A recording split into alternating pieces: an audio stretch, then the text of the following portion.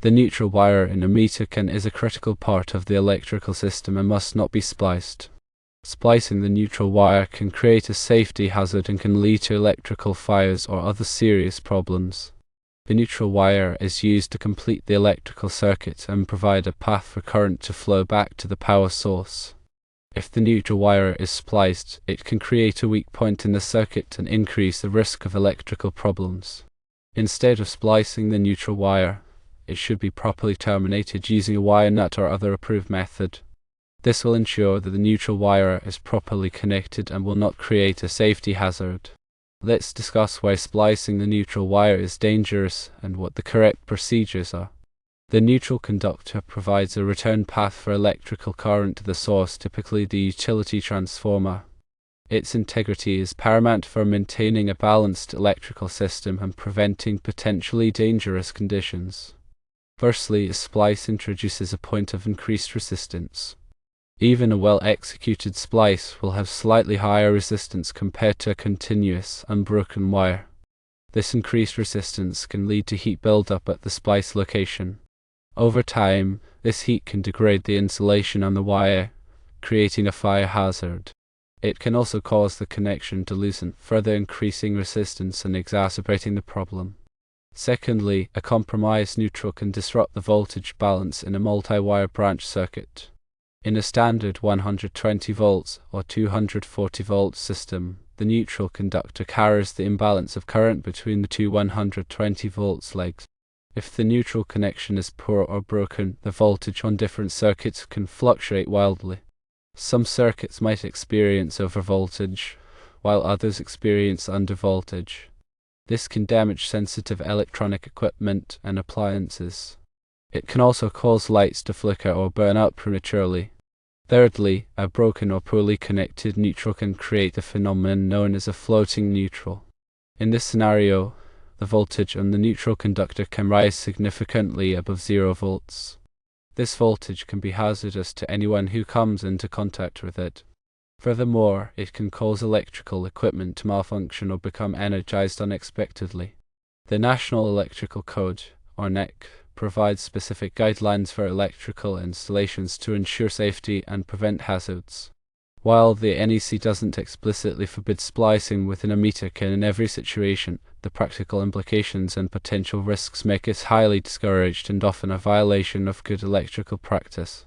Many local jurisdictions have amendments to the NEC that explicitly prohibit splicing in meter cans. Always consult with your local electrical inspector or authority having jurisdiction, abbreviated AHA, to confirm the specific requirements in your area. Now, let's consider the proper methods for terminating the neutral conductor in a meter can. Firstly, the preferred method is to run a continuous unbroken neutral conductor from the service entrance to the grounding electrode conductor termination point, typically a grounding busbar located within the service panel. This eliminates the need for any splices within the meter can. Secondly, if the existing neutral conductor is too short to reach the grounding busbar, it should be replaced with a longer conductor of the appropriate size and type. The conductor size must be sufficient to carry the anticipated neutral load, as determined by NEC Article 220. Thirdly, when terminating the neutral conductor at the grounding busbar, ensure that the connection is clean, tight, and properly torqued according to the manufacturer's specifications. Use a calibrated torque wrench to achieve the correct torque value. Over-tightening can damage the connector, while under-tightening can lead to a loose connection. Fourthly, use only approved connectors and termination methods. Wire nuts are commonly used for splicing conductors, but they are not typically recommended for terminating large-gauge neutral conductors in a meter can. Instead, use mechanical connectors, such as compression lugs or set screw connectors, that are specifically designed for this purpose. Fifthly, always apply an antioxidant compound to the conductor and connector before making the connection. This will help prevent corrosion and ensure a reliable connection over time. Antioxidant compounds are available at most electrical supply stores. Safety is paramount when working with electricity. Firstly, always disconnect the power supply before working on any electrical equipment. This can be accomplished by turning off the main breaker at the service panel or by removing the meter from the meter socket. However, removing the meter should only be done by qualified personnel and with the permission of the utility company. Secondly, use appropriate personal protective equipment, including safety glasses, insulated gloves, and appropriate work attire. Thirdly, work in a dry environment. Water is an excellent conductor of electricity and can significantly increase the risk of electric shock. Fourthly, if you are not comfortable working with electricity, hire a qualified electrician to perform the work. Electrical work can be dangerous, and it is always best to err on the side of caution. Now let's talk about wire nuts. Wire nuts are color-coded to indicate the range of wire sizes they can accommodate. Using the wrong size wire nut can result in a loose or unreliable connection.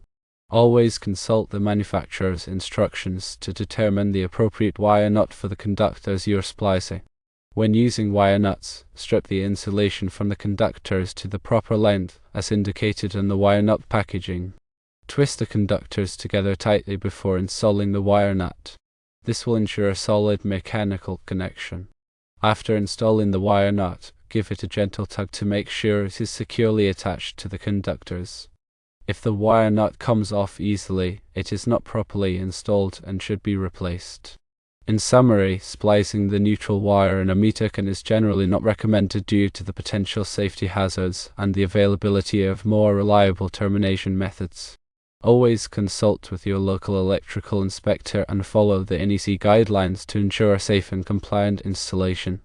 Remember to prioritize safety when working with electricity, and if you are unsure about any aspect of the work, hire a qualified electrician. The risks associated with a compromised neutral conductor are significant, including fire hazards, voltage imbalances, and the potential for electric shock. By following the proper procedures and using approved materials, you can ensure a safe and reliable electrical system. The purpose of the meter can is to house the electric meter, which measures the amount of electricity consumed by a building or residence. The meter can is typically located on the exterior of the building, where it is easily accessible to the utility company for meter reading and maintenance. The internal components of a typical meter can include the meter socket, which is a receptacle that accepts the electric meter. The meter socket is connected to the service entrance conductors, which bring electricity from the utility grid to the building. There is also often a grounding bus bar, which is a metal bar that provides a common grounding point for the electrical system. The neutral conductor is typically terminated at the grounding bus bar. Meter cans are typically constructed of metal, such as steel or aluminum, to provide protection from the elements and to prevent unauthorized access to the electrical connections. They are also typically equipped with a lockable cover to prevent tampering or theft of electricity. The size and type of meter can required for a particular installation depends on the size and type of electrical service. Larger services, such as those used in commercial or industrial buildings, typically require larger meter cans with higher amperage ratings.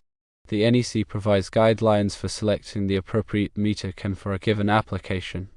It is important to select a meter can that is properly rated for the anticipated electrical load to ensure safe and reliable operation. Overloading a meter can cause it to overheat and potentially fail, which can lead to power outages or even fires. In addition to the meter can itself, there are a number of accessories that may be required for a complete installation. These include meter trims, which are used to cover the edges of the meter can and provide a finished appearance. There are also meter socket adapters, which are used to adapt the meter socket to different types of meters. Surge protective devices, abbreviated SPD, are often installed in or near the meter can to protect the electrical system from voltage surges caused by lightning or other events. SPD are designed to divert excess voltage to ground, preventing damage to sensitive electronic equipment. The installation of a meter can typically requires the services of a qualified electrician. The electrician will ensure that the meter can is properly sized, installed, and grounded in accordance with the NEC and local codes. They will also connect the service entrance conductors and the grounding electrode conductor. After the installation is complete, the utility company will typically inspect the installation to ensure that it meets their requirements. They will then install the electric meter and energize the service. Regular maintenance of the meter is important to ensure its continued safe and reliable operation. This includes inspecting the meter for signs of damage or corrosion, tightening any loose connections, and cleaning any dirt or debris from the interior of the meter can. If any problems are detected, they should be addressed promptly to prevent further damage or potential hazards. Remember that safety is always the top priority when working with electricity. If you are not comfortable working with electricity, hire a qualified electrician to perform the work. Electrical work can be dangerous, and it is always best to err on the side of caution. Here's a more in-depth look at grounding. Grounding provides a low impedance path for fault current to return to the source, which helps to trip a circuit breaker or fuse and to energize the circuit in the event of a fault. This reduces the risk of electric shock and prevents damage to equipment. The grounding electrode conductor connects the grounding busbar in the service panel to a grounding electrode, such as a ground rod or a metallic water pipe. The grounding electrode provides a connection to the earth, which helps to stabilize the voltage of the electrical system and provide a path for fault current to dissipate. The size of the grounding electrode conductor is determined by the size of the service entrance conductors, as specified in NEC Table 250.66. It is important to use the correct size grounding electrode conductor to ensure that it can carry the anticipated fault current. Ground rods are typically made of copper or copper-clad steel and are driven into the ground to a depth of at least 8 feet. Metallic water pipes can also be used as grounding electrodes, but they must be in direct contact with the earth for at least 10 feet. The connection between the grounding electrode conductor and the grounding electrode must be made with an approved connector. The connector must be suitable for direct burial and must be corrosion resistant. The grounding system should be inspected regularly to ensure that it is in good condition. This includes checking the grounding electrode conductor for signs of damage or corrosion and verifying that the connections are tight. If any problems are detected, they should be addressed promptly to ensure the continued effectiveness of the grounding system. Now let's consider surge protection in a bit more detail. Surge protective devices are designed to protect electrical equipment from voltage surges caused by lightning, power outages, or other events. Voltage surges can damage sensitive electronic equipment, such as computers, televisions, and appliances. SPD work by diverting excess voltage to ground, preventing it from reaching the protected equipment. SPD are typically installed at the service entrance, but they can also be installed at individual branch circuits. The SPD should be sized appropriately for the anticipated surge current. The surge current rating of the SPD is typically expressed in kiloamps. SPD are available in a variety of types, including whole house SPD and plug-in SPD. Whole house SPD are installed at the service entrance and protect the entire electrical system. Plug-in SPD are plugged into individual outlets and protect the equipment connected to that outlet. SPD should be inspected regularly to ensure that they are functioning properly.